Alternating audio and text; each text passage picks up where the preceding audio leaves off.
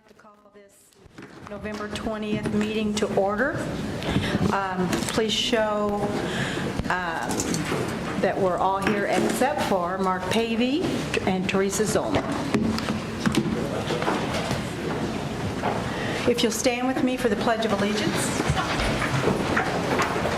I pledge allegiance to the flag of the United States of America and to the republic for which it stands, one nation, under God, indivisible, with liberty and justice for all.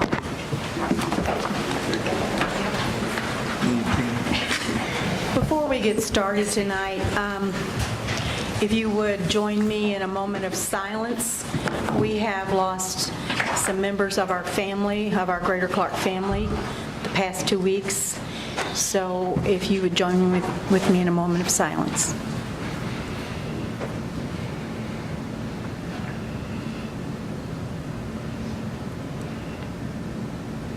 Thank you for that. Our first thing on the agenda is the approval of the agenda. Do I have a motion? Move to approve the agenda as submitted. Do I have a second? Ms. Kraft, thank you. Any discussion? Okay, all those in favor signify by saying aye. Aye. Opposed? All righty. Do we have any public comments on agenda items? Oh, okay. Mark Felix? Okay, I didn't have that. Thank you. Mr. Felix?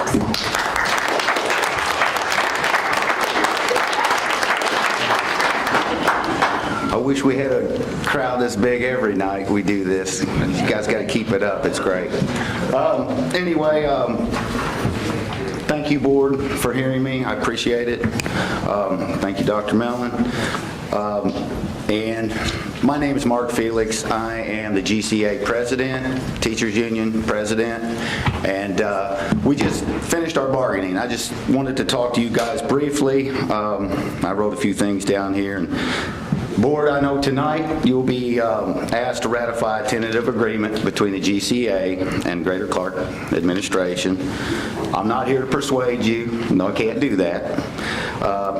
I would just like to comment on some observations I made. It's been a long time since I had been in a bargaining situation, about 11 or 12 years, something like that, maybe even farther back than that. But it's been a month-long process. It's not always easy, but after some serious disagreement, both sides were able to come to a decision that will positively affect us all. It was not easy, and it was never taken lightly. We all know how serious bargaining is and how it affects so many people. Our teams ultimately were able to work together and make a decision that will allow us to keep more of our teachers. We've begun to lose many of our teachers to surrounding schools because they were seeing smaller opportunities for wage growth in our district and elsewhere. And this contract will address that issue. So in closing, I would like to say thank you to our GCA bargaining team. They're awesome. Dr. Mellon and his team for working together on this agreement and proving that we can listen to one another and learn from one another. I will probably not speak to you again as a full board before January. So I'd like to thank you all, and especially those who will depart, for your time and hard work during your tenure. Being a board member can be a very difficult job, so thank you for your commitment to this most important public service. Finally, I would also like to welcome the new board members, Bill Hawkins, Janelle Fitzpatrick, and John Buckwalter, who will join us as we strive to make our schools the best in Southern Indiana.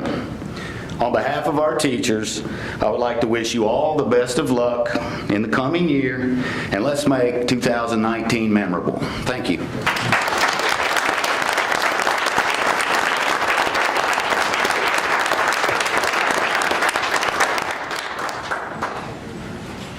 Okay. Do we have another speaker? Bill Hawkins?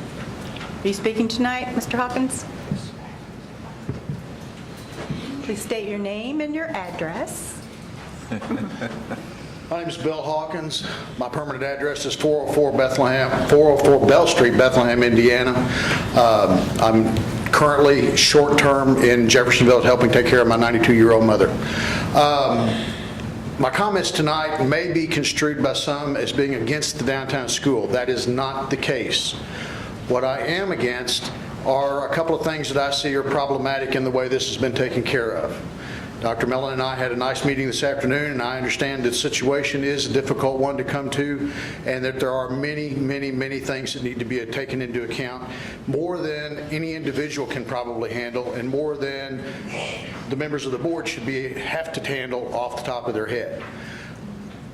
Bylaw number 10166 calls for, if possible, a 4-day period for the board to be able to review and digest information that's given to them.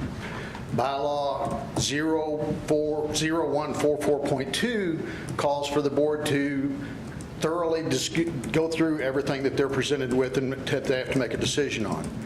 Unfortunately, because of, and I understand there may be reasons why, but this has been pushed through. The board didn't get this information about the new downtown school until this afternoon after 3 o'clock. That, in my opinion, is not proper. We should have had more time. The board should have had more time to be able to ascertain whether or not they feel this was a proper choice to make.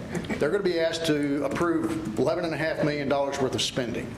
And they've had less than 8 hours to be able to go through and look at the information that they've been presented with. I understand that, again, as I said with my conversation with Dr. Mellon this afternoon, sometimes things have to be sped up, but I have serious reservations with pushing this much money through that fast without having time for everybody to be able to understand everything involved. I appreciate the opportunity to speak with you. I hope that our constituents will be able to also accept that whatever the board decision makes tonight, that they've done the best they can do with what they've had to work with.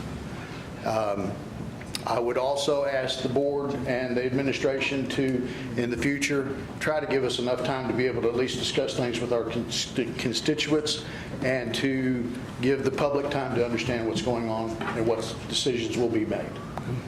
I appreciate you. Thank you.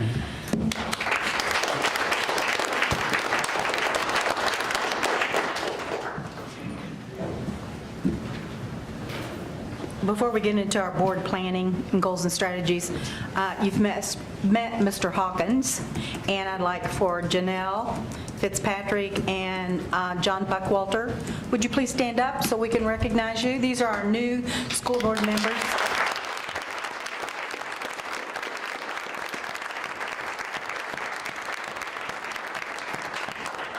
Thank you for attending tonight.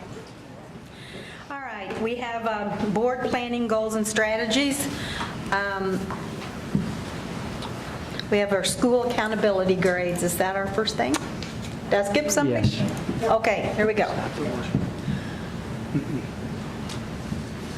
First of all, board, in terms of school accountability, I think that we need to always keep it in perspective that school accountability in the state of Indiana sort of continues to be a moving target, just like I-STEP. In fact, next spring we'll have a new I-STEP, or a new test, state test called I-Learn. So things are constantly changing, which puts a lot of stress and pressure on schools all across the state of Indiana. Our staff members work tirelessly to try to do all the right things and all the right ways to help every one of our students succeed. So it's a measure, it's not the total measure of the quality of our school system. So a couple of things to point out real quickly. In terms of the state grades, and that's what the official grade for the school is on the left-hand column for state. And you can see the score and the actual letter grades for each one of our schools in the first column. In the next column over, because of ESSA requires that we also have a federal grade. On a federal level, growth is determined differently than at the state level. So if you see a difference in scoring from the state to the federal, it's because the growth measure for the federal has more constraints built into it. So also you will see that subgroups become a factor for what we're doing as it relates to school accountability. So we have to track, and if you remember years ago, this was something we had to do with great diligence, is measure all of our subgroups. That continues to be an area that we need to focus on. So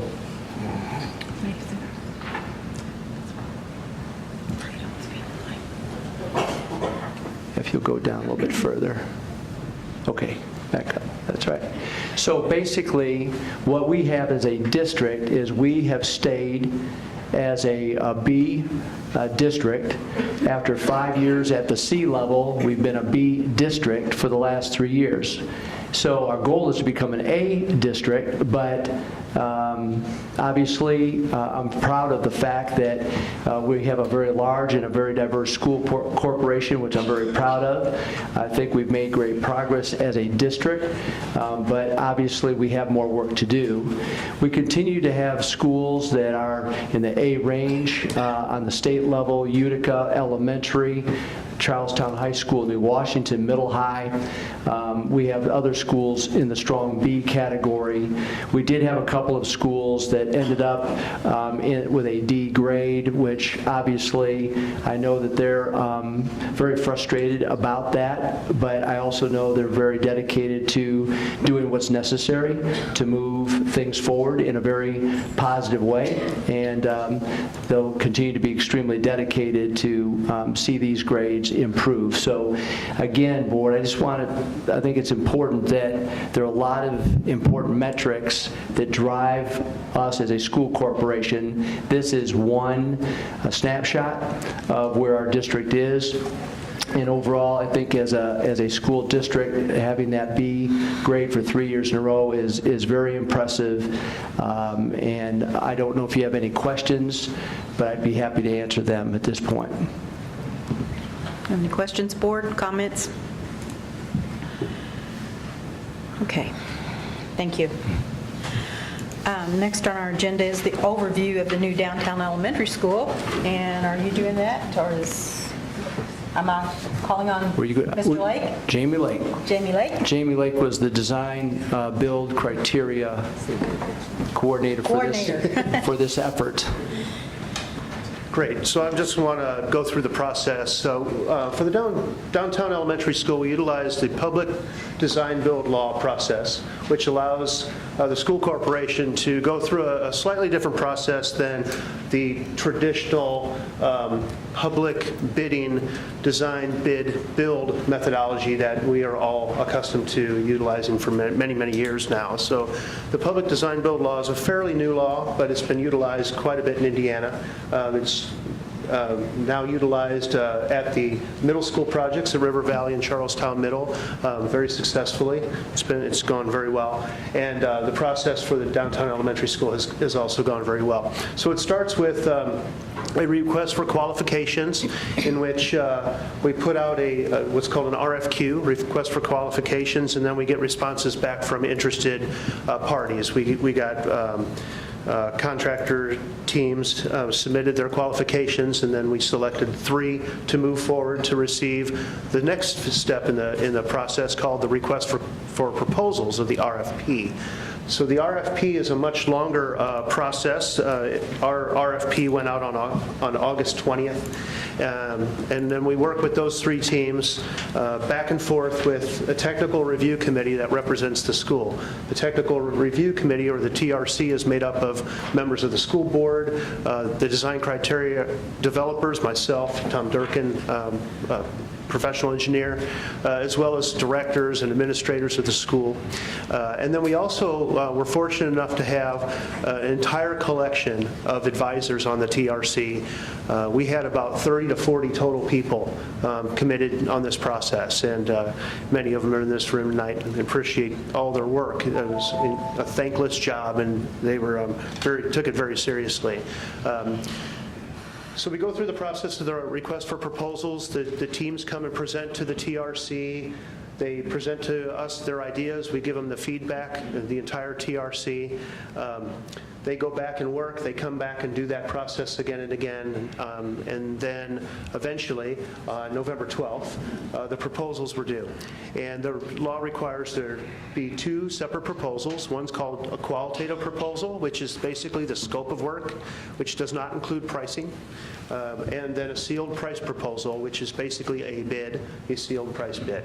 We give them the budget that they have to work within in that sealed bid. So the idea is to get as much scope of work as possible within that budget. So we go through the process, and we review those qualitative proposals. We do final interviews to clarify and quantify the information that's in those, get all of our questions from the TRC answered, and then we score those proposals. The idea is to get the highest score possible, representing the most scope of work and the highest quality value of scope of work. Once that is completely done, we open up the sealed price proposals, and the ones that are within budget, we take those and divide it by their qualitative score. This is a statutory requirement, and that gives us an adjusted numerical value. That single numerical value, you're wanting to have the smaller number as possible, the smallest number as possible, represents the best value. In essence, it represents the most scope and highest quality scope of work for the least amount of money within the budget. And that's what we did. Do you want to introduce CORE? I'm sorry? Do you want to introduce CORE? I'm sorry. The core. You want me to introduce scores? No. Oh, absolutely. Introduce core. Thank you. Sorry, it's hard to hear. So going through that process, the determination for our best value of the 3 teams was Core Construction, and they are here tonight to do a brief presentation of the scope of work.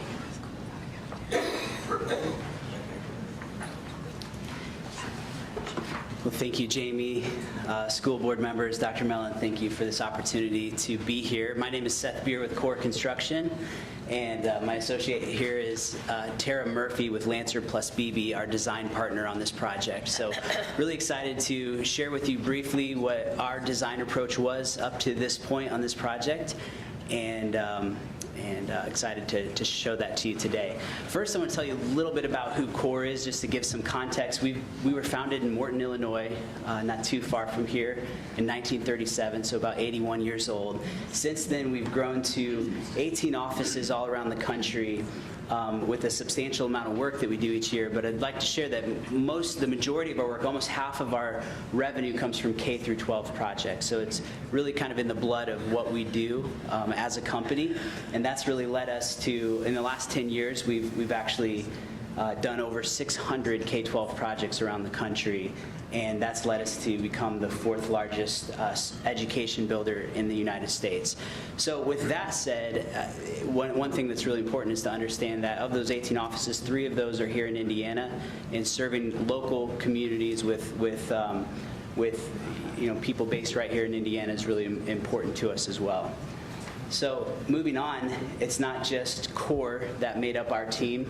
It was a team of a lot of different parties and consultants and members, both on our team and in the greater community and in the school district. One of those, as I mentioned, that the firm that Tara's with is Lancer plus BB, which is a very respected architect here in the state of Indiana, really one of the leaders in K-12 design build, and about 90% of the work they do is in the K-12 market here in Indiana. Our team of individuals that were here yesterday for the presentation, there were a lot of them, and so just want to kind of share with you, it was a large team that came together to make this happen, put a lot of work in. As Jamie said, it started back in August and has continued all the way through to today. All right, with that, we're going to dive into sharing a bit of our design approach, and I'll just mention that this is where we are today, and the process isn't over. So this is a continued process of input and of clarifying these design elements until we get exactly what will best serve the school district and the community. So I'm going to turn it over to Tara to walk through this. Thank you, Seth. So again, my name is Tara Murphy. I'm a graduate architect at Lancer BB, and for this project, I would be an assistant designer to our senior designer, Mark Beebe.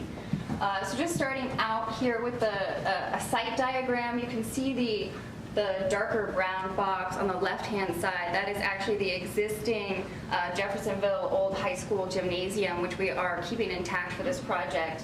And then the lighter brown is new construction that sort of bridges between that existing into the existing Nahan Fieldhouse. Next.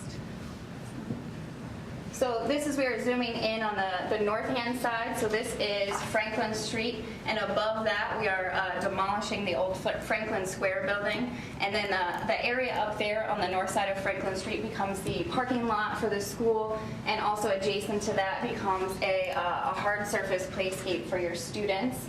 And so the parent pickup drop-off would come through Franklin Street.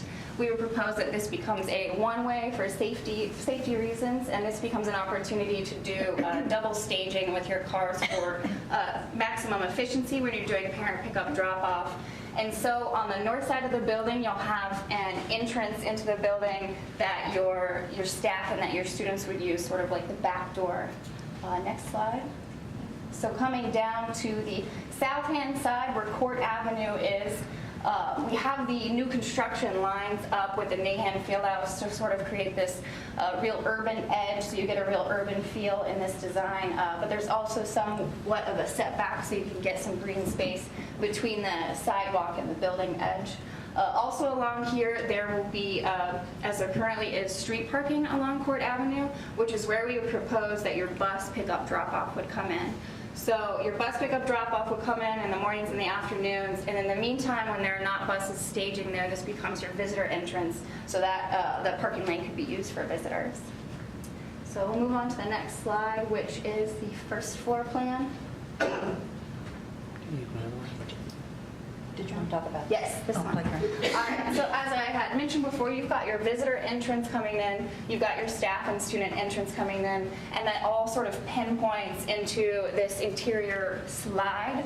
Also off to the side of the visitor entrance, you've got a secure vestibule into your reception area, which is also your administration area. Go ahead and go to the next one. We'll zoom in. Doesn't zoom. It zoomed a little.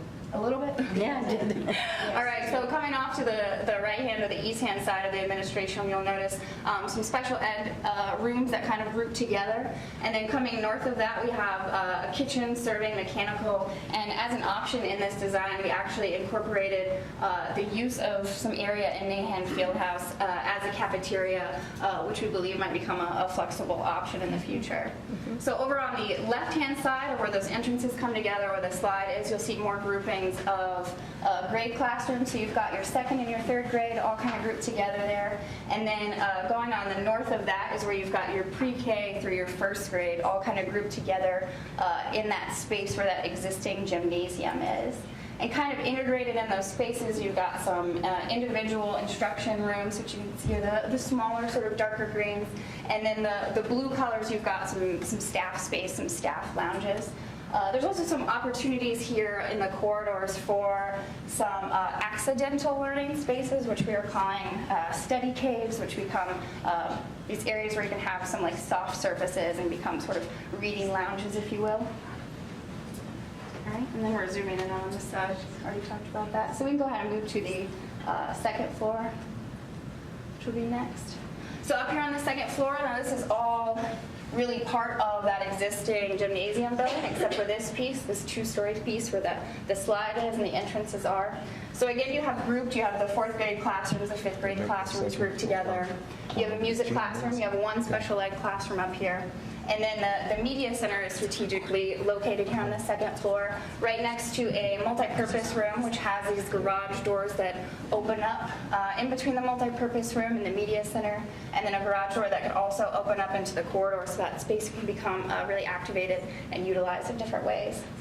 I have a question. Yeah. On those garage doors, are you planning to put some type of film on those windows so that they're not blocking them?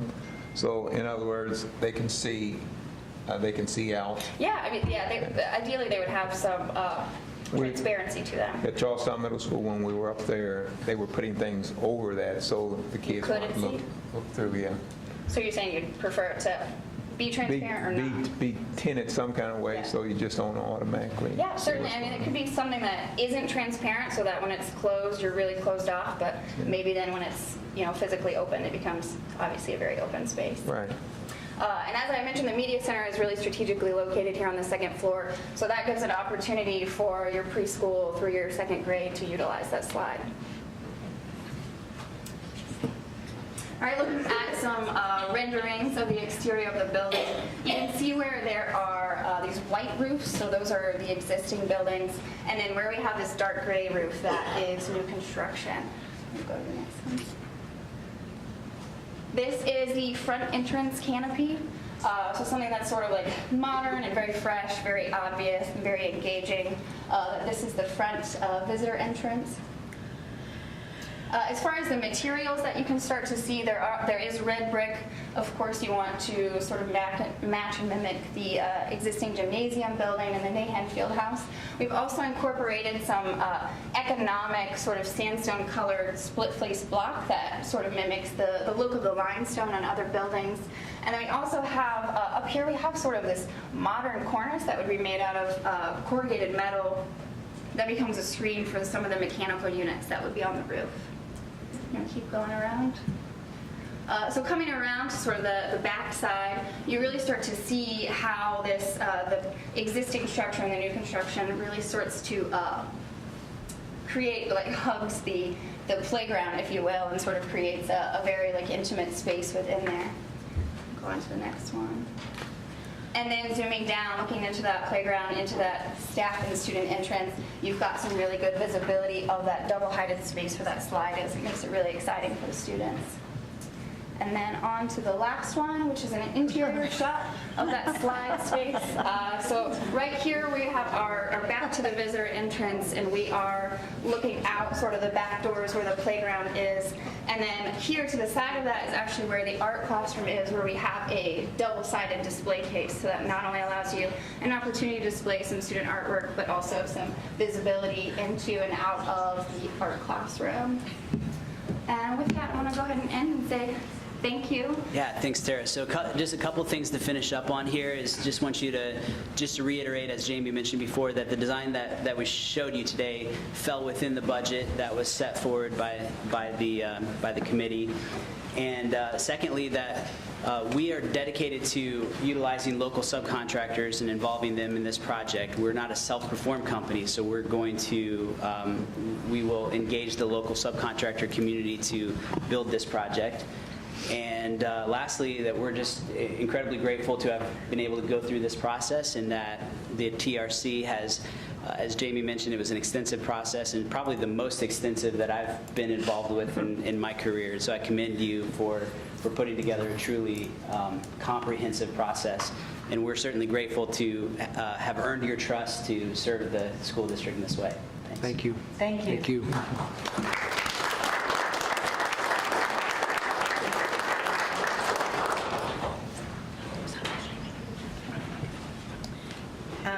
We have no policy review tonight?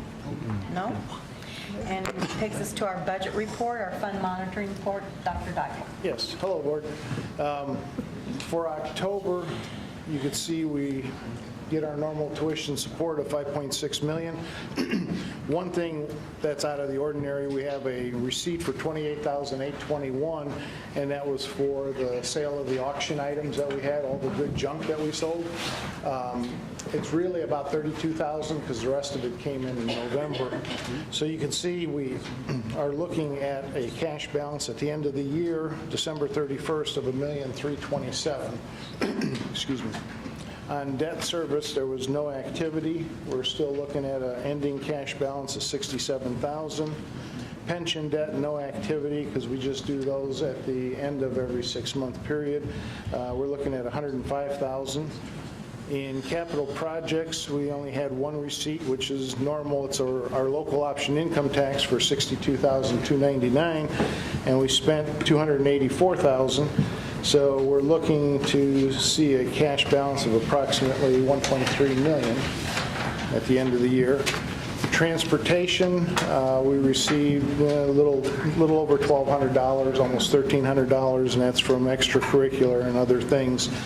We spent $397,000 or $399,000, and we're looking at about a $372,000 cash balance there. The bus replacement fund, there was no income because we only get property bank excise in June and December, and we spent $44,000. So we're looking at a cash balance of about $124,000. And the rainy day fund, I'm happy to announce we have $4.3 million, and it's holding. So I'll be happy to entertain any questions. Any questions or comments, board? Okay, thank you. Next, we have a Student Achievement Report, English Language Learners Program, and we have Brooke Lannon. Hello, my name is Brooke Lannon. I'm the EL supervisor within our district. Before we get started, I want to recognize our EL coordinator also within our district, December Smith. We do a lot of work together, and she does a lot of work specifically within our buildings and with our teachers and support staff. Go ahead.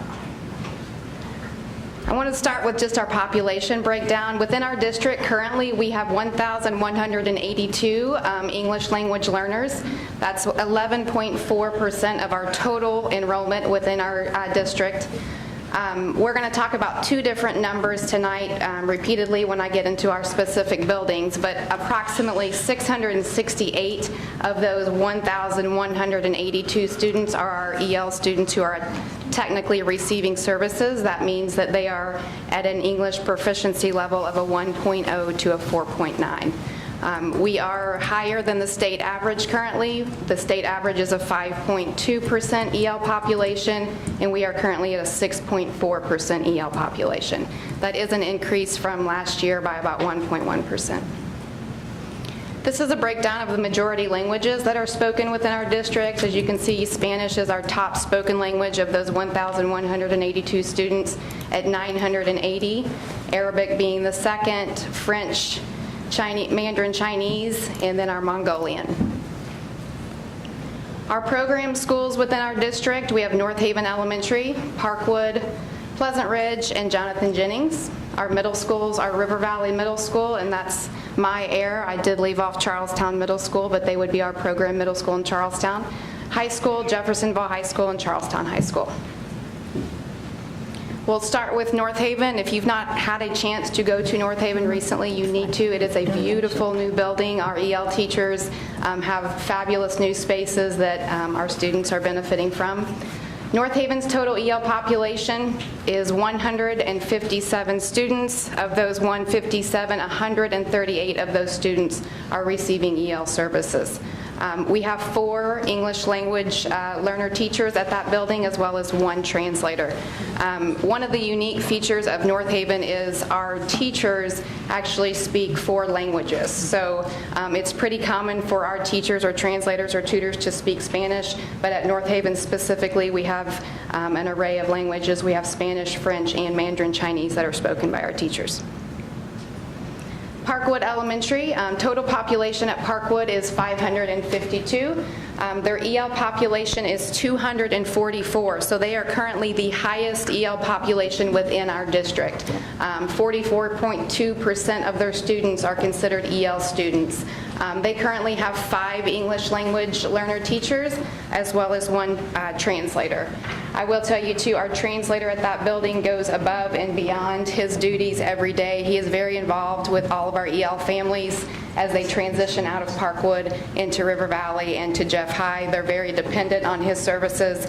He is also our liaison for our translated messages throughout the district. When we have a snow closing or any type of district-wide delay, he is translating that information out to our entire district. So we're thankful to have him. Pleasant Ridge Elementary, that is our K through 2 building. Current population there is 505 total students with 31 English language learners. That's 6% of their total EL population. Obviously, that's a much smaller number than the 2 elementaries I've previously mentioned because of the geographical location of Charlestown. We felt like we need to include Pleasant Ridge still as a program school. They currently have 1 EL teacher and 1 translator. Jonathan Jennings Elementary is similar to Pleasant Ridge's situation where they do have smaller numbers, but because of the geographical location, we still need to service that as a program school. They also have one EL teacher, one translator, with 42 total students, 33 of those receiving EL services. River Valley Middle School, total population at River Valley is 923 students, 208 total EL students, but you can see the number of students actually receiving services is much lower. That's 77 students. That is not out of the ordinary, that as they progress in grade level that we have less and less students. That's the trend that we want to see, those, so that is a positive. We do have 2 English language learner teachers at River Valley, as well as 1 translator, and this year we were fortunate enough to add an EL tutor to that building as well. Charlestown Middle School, total student population is 524, with 36 current EL students, with 13 of those students actually receiving services. Charlestown Middle School is a building that we have a high number of students who are at the monitoring phase, which means that they have met that English language proficiency and we are just monitoring their status. They have a high number of students that exit their building to exit the program at this level. That's good. They have a half-time EL teacher that is shared with CHS, as well as a half-time translator that's shared with CHS. Jeffersonville High School, total student population, 2,028 students. EL population is 248, and again, 86 of those students are actually receiving English language services on a daily basis. 3 English language learner teachers, 1 tutor, and 1 translator at Jeff High. And then Charlestown High School, total student population is 689, 48 of those students are English language learners, with 15 of those students receiving actual services on a daily basis. And again, this is a split teacher with CMS as well as that translator.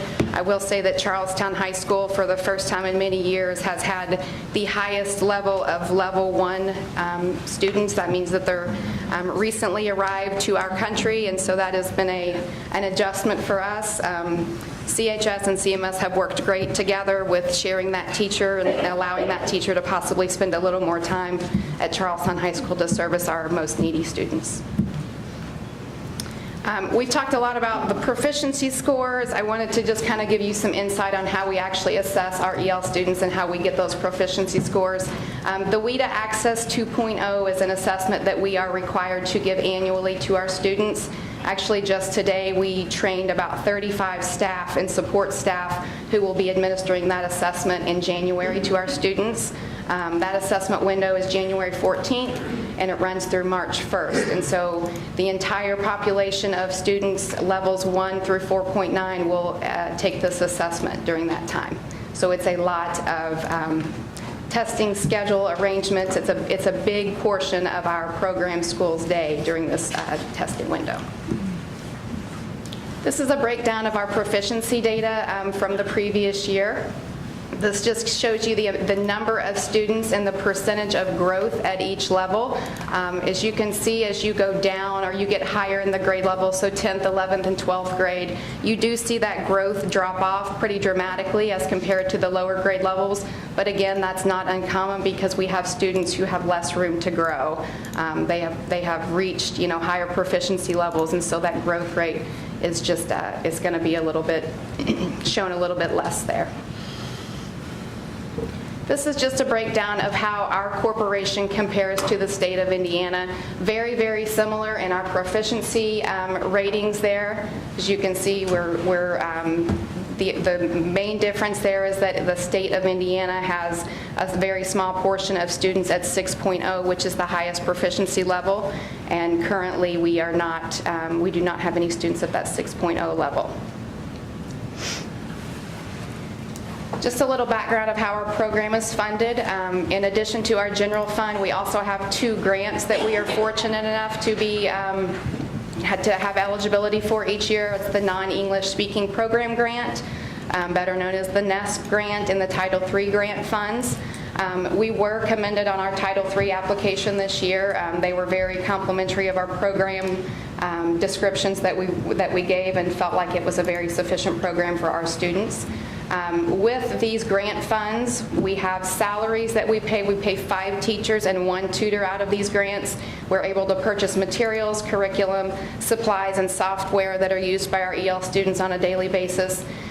We're able to send attendees to the national conference each year. We just had 6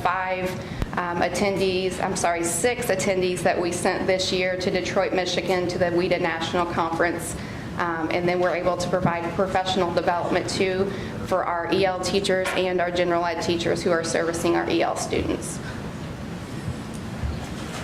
Just some happenings around our district, things that are going great within our buildings with our EL students.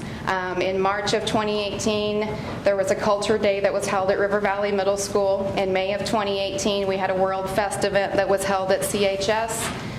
In June of 2018, with our grant funds, we were able to add an EL teacher and a translator through our summer reading program that was held at Parkwood Elementary School.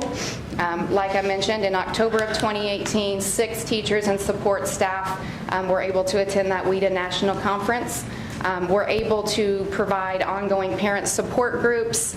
At Parkwood Elementary, we do have ongoing parent supports, again, through our translator and our teacher who are willing to do that to help our parents just navigate their way through the school system and to help their students better. And then North Haven Elementary, they were actually featured twice in a local magazine called the Explore magazine that really commended their EL programs and what great things that their teachers are doing with students. Questions? Any questions or comments, board? I have a question. Parkwood Elementary, we have 1 translator? Yes. With all those kids? We do have 1 translator, but 3 of our teachers also are fluent in another language. So that's helpful. We don't need another. I'm sure they wouldn't mind having more. Board... They would appreciate that, I'm sure. In case of looking at case of, not to dampen anything, but if he got sick, is there someone that backs him up? Yes, like I said, Okay. 3 of our teachers are also fluent in another language, and so that's helpful. But yes, he's not flying solo there. He's got support. Good guy, but he is a fabulous guy. He can wear a person down, That's that. right. That's right. Board, I'd like to thank Brooke and December Smith and all the building level staff that we have at all these buildings. To me, it's extremely exciting. With every year, we get more and more students coming to us who are ELL students, and we have more students coming from more countries with each year that passes, and so that does create a challenge. That's a great challenge to have, and I think as our community continues to grow and expand in terms of its economic development, we're going to have more and more people that are going to be moving in from all over the world. So I'm just really appreciative of all the work that our staff is doing to really help our students, our EL students, succeed. Just a comment. Go ahead. No, you go ahead. I'm just very proud of who we are.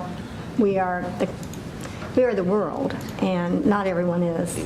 And I just appreciate what you're doing to help us maintain that. Thank you. Brooke, that was an excellent report. We appreciate all the data and all the hard work that you and your staff is doing. You mentioned North Haven, and if you haven't been there, when you go into the entrance of North Haven, they've got all of the flags of the countries that they have children in their building, representing those children, and it really is like a little United Nations there, and it's very heartwarming, and exactly what you said. We are the world. We have a very diverse population, and it certainly makes us stronger. Thank you so much.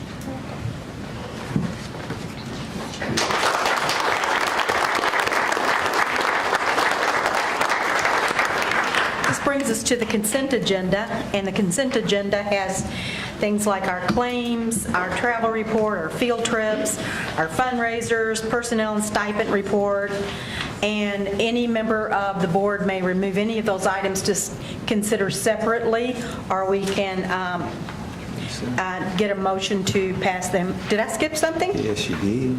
No, I haven't. No, it's later. Is that next? Calm down. Never done it before, so I want to do it. Settle down. Wants to do it right. He's Settle down. excited. You'll be fine. Consent agenda.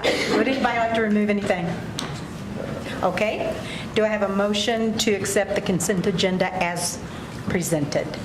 I make a motion that we accept the consent agenda as presented.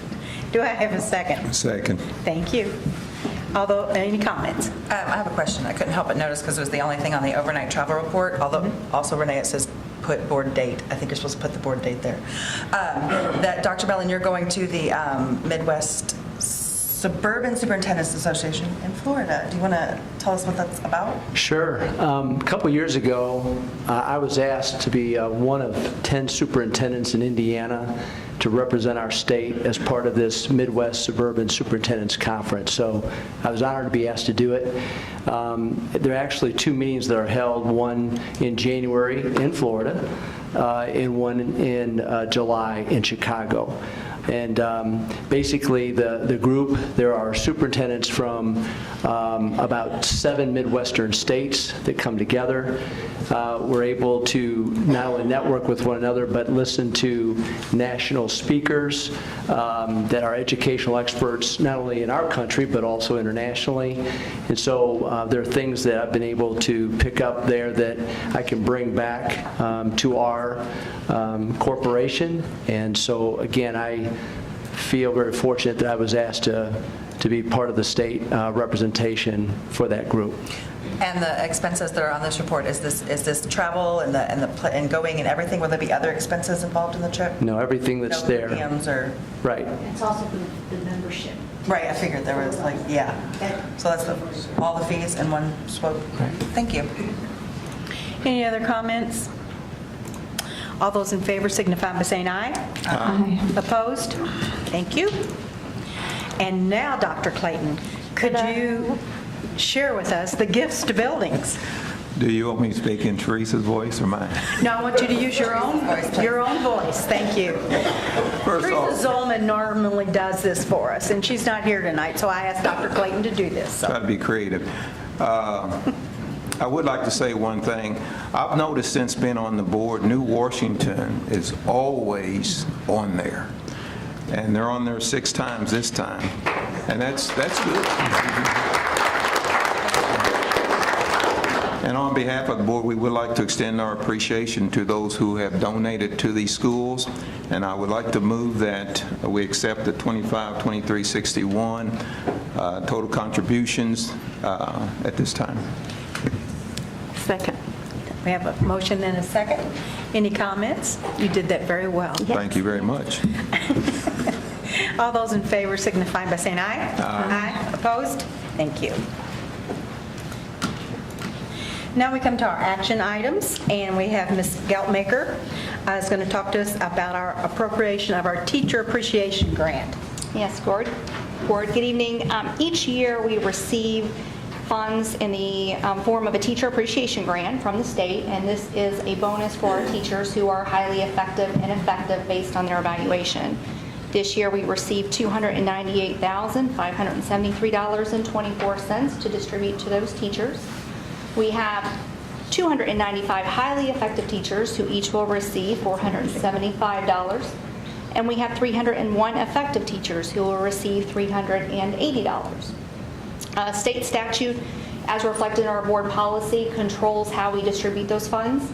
We are required by that statute to award highly effective teachers 25% more than the effective teachers. We need approval to appropriate this money from Fund 3750 Performance Award prior to expending those monies. The Performance Award funds will be distributed to teachers on their December 7th paycheck. A little bonus. Little. Do I have a motion? I'll make a motion to approve the, whatever she said. Okay, do I have a second? Second. Thank you. Any discussion, comments, questions? Okay, all those in favor signify by saying aye. Aye. Opposed? All right. Thank you.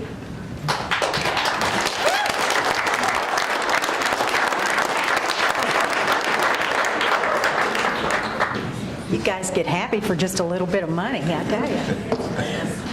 It's good. I know, it's good. I know. Every little bit does help. And it's going to come at a good time. Okay, now we have the elementary design build construction contract. And Dr. Mellon, you're going to talk about that. Just for a second, Board, you've heard the overview of the project. I'm very proud of the process. We have many people in the room who are part of that process. It was lengthy. That's the sort of the benefit of the process. It takes time to really work through this with a lot of people. So feel that the final product, as you saw up on the screen, reflects the TRC's vision of what we hope that downtown elementary will be. I really want to also make sure that the Nahan partnership is something that we also recognize. The fact that the building really will complement Nahan. Nahan will be utilized as the school's gym.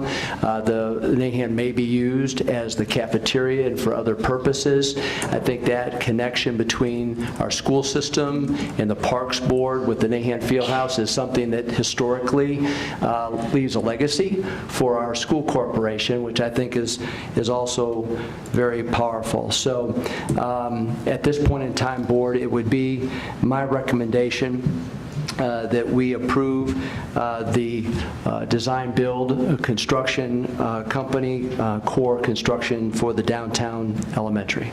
Do I have a motion? So moved. Do I have a second? Second. Get back. Milton. Milton. Comments? I have a couple questions. Sure. The serving area, will that serve as a cafeteria? I mean, will that satisfy the needs of serving all the students and all the lunches? Yeah, we made sure that the building will be built to be able to accommodate between 500 and 550 students. And so we wanted to build a cafeteria large enough, or that area large enough, that we could easily accommodate those students in 2 lunches if we absolutely had to. The kitchen was specific in terms of its location, because we also believe that if Nahan has some special events that may be occurring, that our kitchen staff could be utilized to help produce food for whatever Nahan event may be occurring. So the location of the kitchen close to Nahan was also very important. And the contract with Nahan is indefinite, it goes on forever? I think it's a 20-year contract with Nahan. As we have an interlocal agreement with them. And again, Board, so you know that we get the use of that facility Monday through Friday from 8 to 4. So it is the gymnasium for the elementary school. The evenings, of course, the Parks Board will use it. If there are some, we'll be working with Nahan and their staff related to scheduling, because sometimes we have elementary basketball games in the evening. In Nahan, you never know, may have a specific need during the day. So we'll be working, the staff of the elementary will be working with the Nahan staff very closely to make sure that we don't have those conflicts.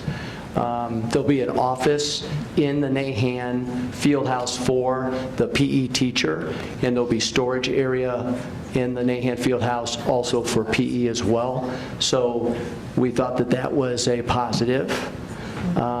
The historical look of the building we thought was something that was important to recognize, and then the playground being very protected, we thought, just for supervision purposes was also beneficial. Okay. Just a couple more. You just wait your turn. Is all the cost of laying the parking lot and everything included in the 11.5? 11.5 is all the actual construction costs, so we're bonding for about 15 million, but when you take into account the financing of the building, all the other What about furniture for students, teachers? students, technology, so the actual construction, the construction component is 11.5 million. The rest of those dollars will accommodate furniture for the building, technology for the building, and any finance or any architectural fees that are associated with this. One last question. Go ahead, go ahead. Okay. What about like safety glass in front? I know there's a lot less glass on it than the original, which I'm super excited about. But are there any like special glass? I know there's not bullet like proof glass, but like any bullet resistance or like any. This building's safety measures are built into this building, which is something that we're looking at anytime we have the opportunity to do any form of renovation. Unfortunately, as you know, we're in an era where that has to be a top concern, and so anytime we have the opportunity to enhance the safety of our buildings, and that's critical to us. So we'll be also, board, that's something that we've been doing a lot, is looking at all of our buildings and looking at our safety pieces, and so there may be something that we'll have to be talking about in early 2019 relative to safety, but there are those built into the building. I do feel like that it feels rushed, especially given that we didn't have a whole lot of time, but I'm being supportive, and so I appreciate you answering all my questions. Thank you. All right, okay. Yes, we're waiting. Well, when we speak about time, first off, to me, that's the reason we have committees. That's when we have that group, and first off, Mark, I know, Felix, I know you were on that group. Hello. So I want to thank you for your time. But when you talked about the playground, hard playground, that's not just concrete, it's sort of soft, isn't it? When you say hard playground, it's not concrete. He's differentiating between where the basketball goals are and the grassy area where the playground is. There'll be a little bit of both. Jamie, you want to answer Go ahead. that? Or? I missed something. Go ahead. Core solution incorporates two separate areas. One is a softscape area, Okay. More in that niche around the building, and the other is the hardscape, which the hardscape is the one that I think you're associating more of the asphalt areas, basketball courts, those type of things, things painted on the surface and so forth. But the playground equipment themselves will be in the softscape area, the mulch area. Oh, okay. I think they're going to have like hopscotch painted on there. There's going to be lots of games painted on that harder surface. I was just thinking of the park over here off of 10th Street. I can't Yeah. think of the name. And when I took the grandbaby down there, if she fell down, it was just on a soft, like a carpet type of thing. I didn't know if it's the same thing or not. We wanted to make sure that there's the flexibility in case of poor weather that, or wet weather, I should say, wet ground. We want students to still be able to get outside and be able to have physical activity. So both of those were built in. Gotcha. And some people may wonder about this slide issue.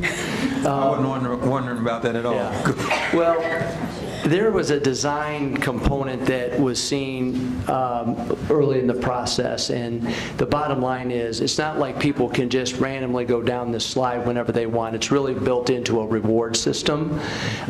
So with the Pride program built into the building, it would be an opportunity to reward students to be able to do it. So it's sort of an attractive piece. It'll be able to be seen from the outside as you'll be able to look into the building. So it's designed to be attractive, be unique, and provide a fun, positive incentive for students is what the thought process was.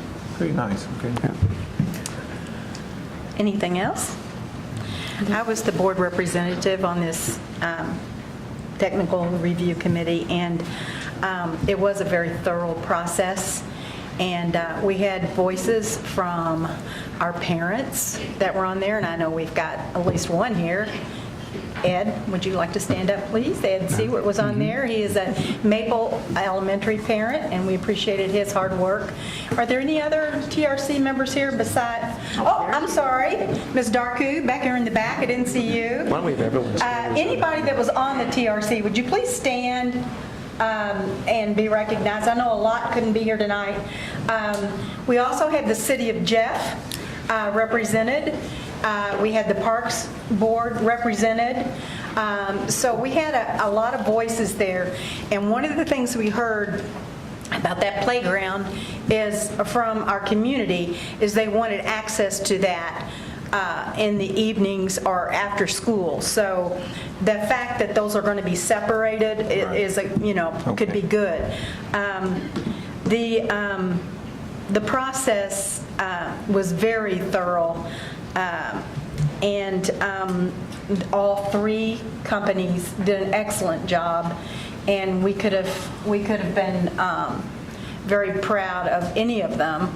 I personally, I'm a downtown resident, and it's very important to me that this school be very special for these kids. We've worked very hard for that, and I think we're going to see that.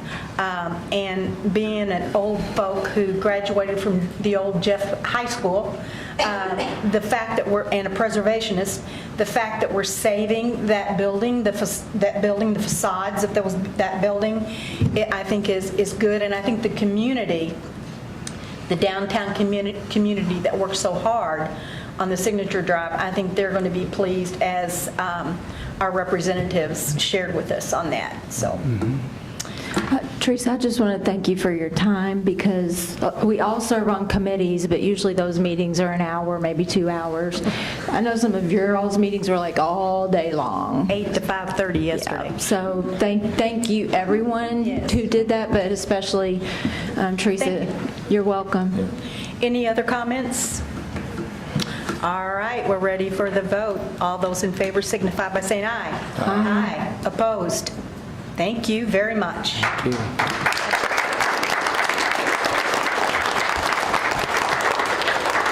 Well, let's get started. Okay, our next action item is life and long-term disability insurance renewal. Yes. Dr. Dykle? This is important. On December 31st, we will end our current contract with National Insurance Services, who provides basic, supplemental, and dependent group life and long-term disability insurance. Reliance Standard was the company we have been with for the past 3 years, and they stated they will renew, but at a much higher rate. Reliance Standard's quote was $112,842 for life and $168,000 for long-term disability, for a total of $280,912 versus the current premium of $236,397, which is a $44,000 increase. For long-term disability, from January 1st, 2016, when they took the contract over, to May 31st, so it's only 2.5 years through 2018, our premiums were $360,456 versus paid claims of $882,521, so they incurred a loss of $522,000 on our account, or a loss ratio of 244.8%. That is unheard of in the insurance industry. They don't like those numbers. Not at all. They like to see they made money 244%. On our basic, dependent, and supplemental life coverage, our premiums for the same period was $282,847 versus paid claims of $482,681 for a loss of $199,834, or an incurred loss ratio of 170.7%. National Insurance then shopped our basic, dependent, and supplemental life account to the following: One America, Anthem, Madison National, Minnesota Life, and Voya, who are the companies that submitted a quote. The other companies who declined to quote were Guardian Life, The Hartford, Madison National, Prudential, Principal, Mutual of Omaha, Unum, Cigna, Zurich American, and Sun Life. MetLife did not respond one way or another. Now, the reason all of these declined to quote was because of our history. You know, when our history is that bad, they're not going to take a chance. So One America is the one that we're really looking at. We're going to recommend to you.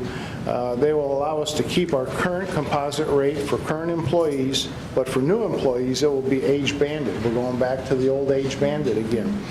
For example, a new teacher, 21 to 24 age range, can get another $50,000 supplemental life policy, and at the current rate, it would cost $15.30 per month.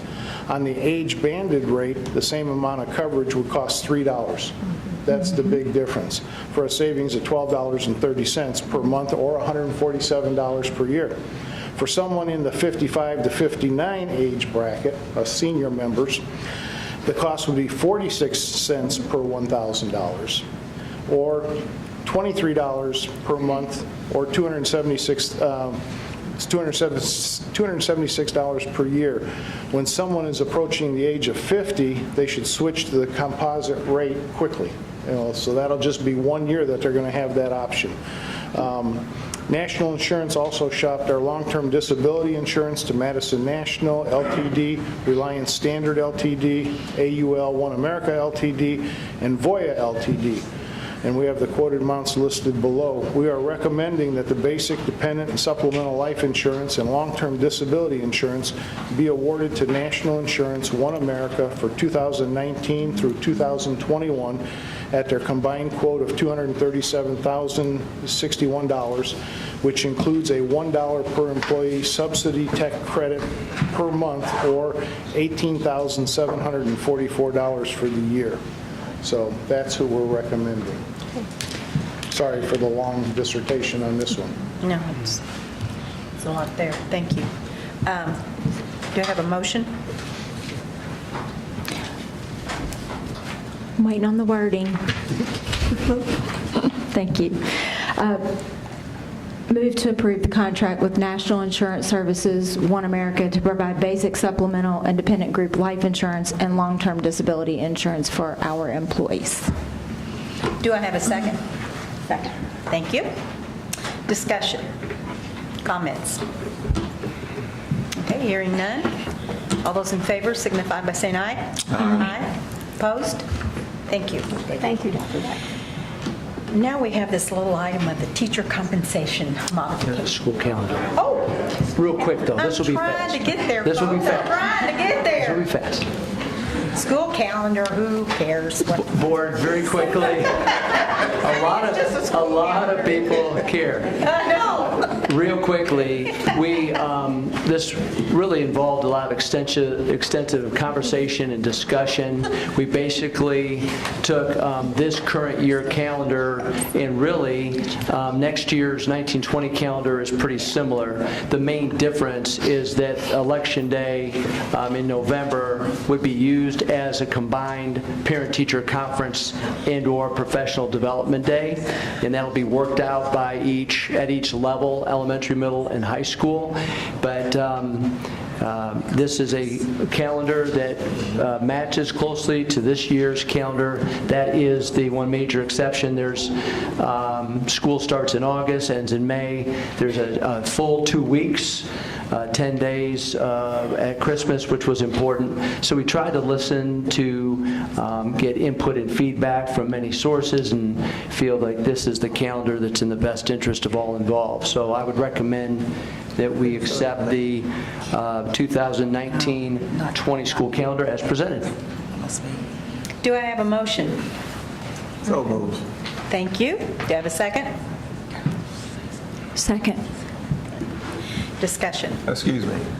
I'd just like to say this. I move that the calendar presented be accepted. We got you. Okay, and we had a second from Ms. Kraft. We have comments? He's excited. We're all excited about the 2 weeks at Christmas because that's always important to everyone. And I just want to encourage again that the superintendent maybe look into virtual learning days for snow days. It's you don't have to have the internet to do it.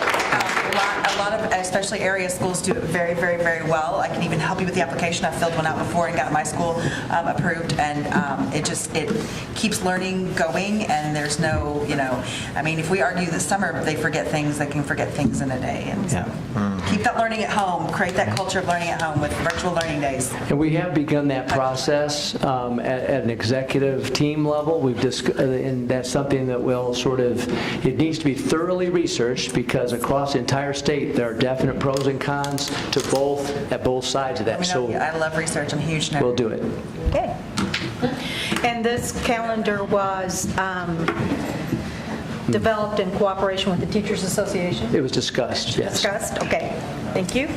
Any other comments? All those in favor signify by saying aye. Aye. Opposed? Okay. Now, the teacher compensation modification. All right, Board, thank you. I open the action items with teacher money, and I'll be glad to close that action item section as well with teacher money. I'm here before you to recommend approval of the GCEA master contract reopener. Board, if you recall back last November 2017, you approved our current 2017-19 collective bargaining agreement for our teachers. This did include that all eligible teachers were placed on a new salary schedule for the last 10 pays of the 17-18 school year. The rainy day fund in the amount of $408,000 was used to pay for the cost of that increase at the end of last year. The cost for this increase for the 2018-19 school year is $1.3 million. The collective bargaining agreement also provided language for a reopener to address new money. So as a result of that reopener, the GCEA and GCCS bargaining teams met, discussed, shared information, as Mark pointed out, disagreed, but ultimately came up with an agreement for the reopener. That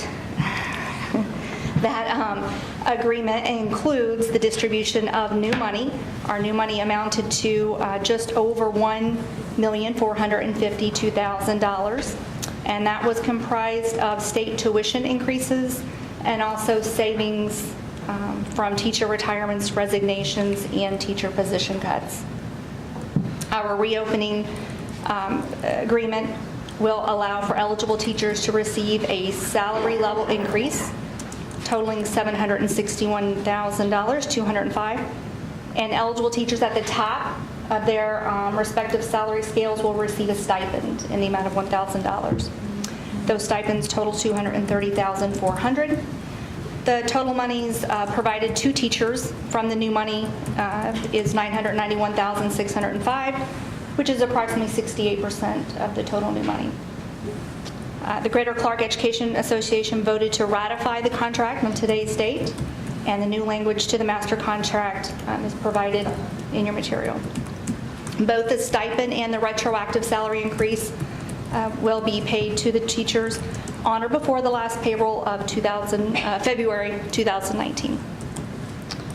A lot of time and effort went into reaching an agreement on this revision, and as Mark said, there was a lot of people on both sides that were involved. So I too want to thank everybody with the association and also with Greater Clark County Administration and our board president, Teresa, for taking part in that as well. Do I have a With that, I ask motion? the board approve that master contract reopener. Do I have a motion? Move to accept the master contract. Do I have a second? I'll second. Thank you. Any discussion? All those in favor signify by saying aye. Aye. Opposed? It passes. Thank you.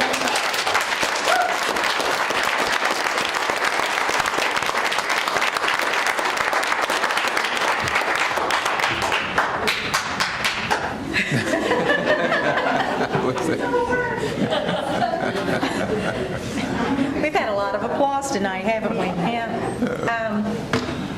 Do we have any discussion items from the board? I'm sorry, reports or requests? I'm sorry. Do you? I have a, well, yes, comment or- no, I have a request. Okay. Okay.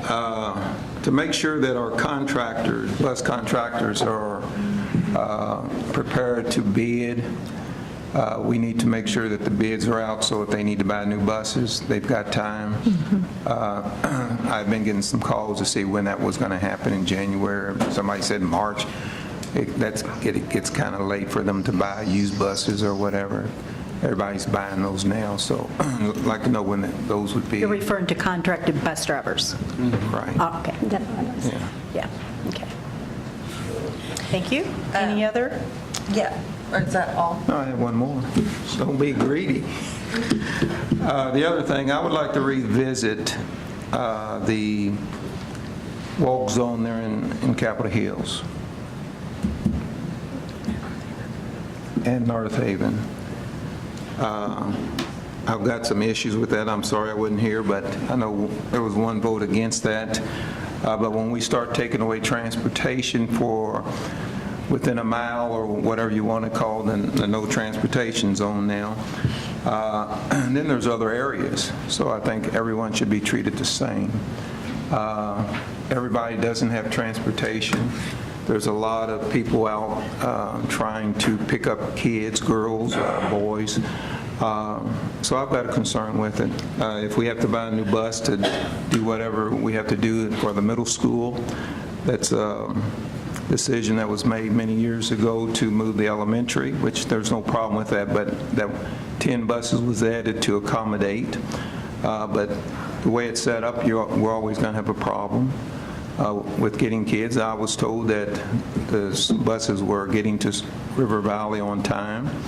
Apparently that was not the case, so I would like to revisit that situation. Thank you. Ms. Hutchinson? Dr. Mellon and I spoke about this earlier, but I would love to see some attendance data to kind of compare, since we have that new attendance policy this year with the 5 attendance issues in McCall. And I also would like to request, I know we did, speaking of safety and how it's kind of awkward but necessary, I know we did some active shooter drills, and I would just would like an update on that. Like, do we do those by schools, and has everybody completed their active shooter drills? One thing, if I may comment. Sure. We have a safety audit. The state's requiring a safety audit be done of all school corporations, and that'll be done in our school corporation just prior to Christmas. So there's a person coming in that will do an audit of all of our school safety plans, and part of that is documentation relative to all drills. So we just met with our principals today. We gave them all of the building safety plans are in place, but we have to make sure there's an actual checklist so that we've covered everything that the state is requiring. And Chad Shank is overseeing that whole thing for us, and all the principals will be meeting in December, and then we'll host this visit December 14th. So probably it would be a good idea for us, after that visit, we'll have a report on the audit and exactly what came of it. So I'll be happy to have that for you. Thank you. Ms. Kraft, did you want to say anything about the Yes. meeting with the legislators? Yes. I thought you would put me. Yes, I would like to report. We had a meeting on the 15th. It was hosted by New Albany, Floyd County, and 4 school corporations participate. I didn't know if you all are familiar with that. New Albany, West Clark, Clarksville, and Greater Clark. And so all of those people had representatives present. We had 4 state legislators also at that meeting. So we could talk personally to them about questions that we had and things that were going to be happening in the next session. Ed Clare talked about capital project funds being drafted, and he's going to go ahead and pursue that. He's also working still with the TIF districts and getting nowhere, which we were very sad to hear, but that's going to take a lot more work until we can convince the people on the TIF district boards of redevelopment that it's important to have good education to attract businesses. We're working on that as well. We did talk about funding mental health counselors for buildings. And I thought it was strange this morning the Courier-Journal had an article that Jefferson County was also considering that. And so we talked a great deal about safety, and we talked about children's mental health and how important it is for us to take another step in doing what used to be done at home in the school buildings. And I'm sorry to say as a parent that it's not happening, but we all know it isn't. So we did talk about that, and it was a very productive meeting, and Airmark, the food was great. So we really have something to look forward to when we host it again. Thank you, Madam President. Did you have anything? Just to add to that, what Ms. Kraft said, I think it was overwhelming from all school corporations when we were talking about safety, school safety. I think one of the comments that was made that really hit home is that instead of spending money on body scanners that we don't know what to do with, get us some mental health folks in our buildings.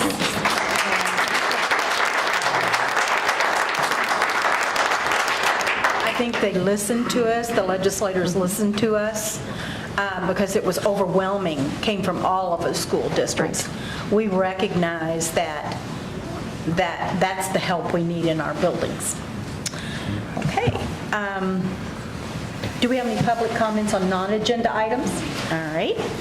Board comments? Any additional comments? Like happy Thanksgiving and have a safe holiday? Not for me, no, thank you. I just want to say that with the grades, school grades coming out, grades don't define our students, and they definitely don't define our schools. And for those of you that got A's, like, that is awesome. I know you work hard.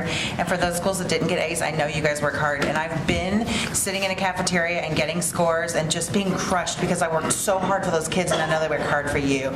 And hopefully one day Indiana will be a state that doesn't define their students based on test scores. But until then, just keep working hard, and my heart's with you guys. Excuse me, Teresa, I didn't.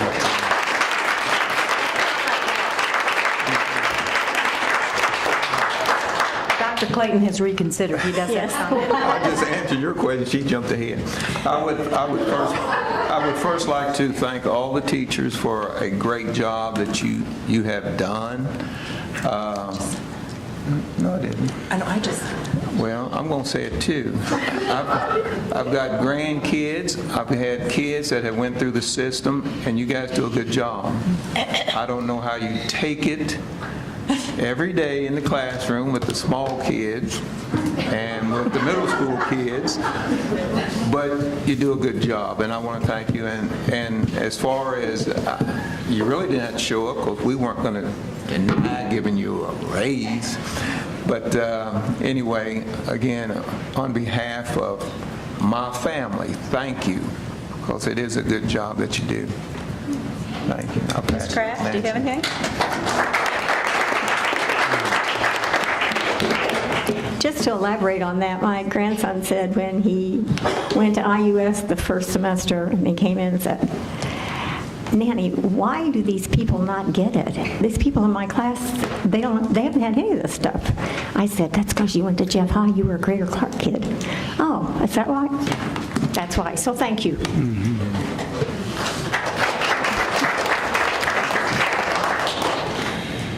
And Dr. Mellon. Two things. The Distinguished Alumni Dinner that we had last week was a tremendous event hosted by our foundation. We had the opportunity to honor 3 distinguished alums, one from each of our high schools, and we also honored 2 businesses of the year. And the goal for this is that we do this every year, and we create a wall of honor in each of our high schools that recognizes those individuals who've accomplished, so much as products of Greater Clark. And so we're excited about that, and look forward to having that in years to come.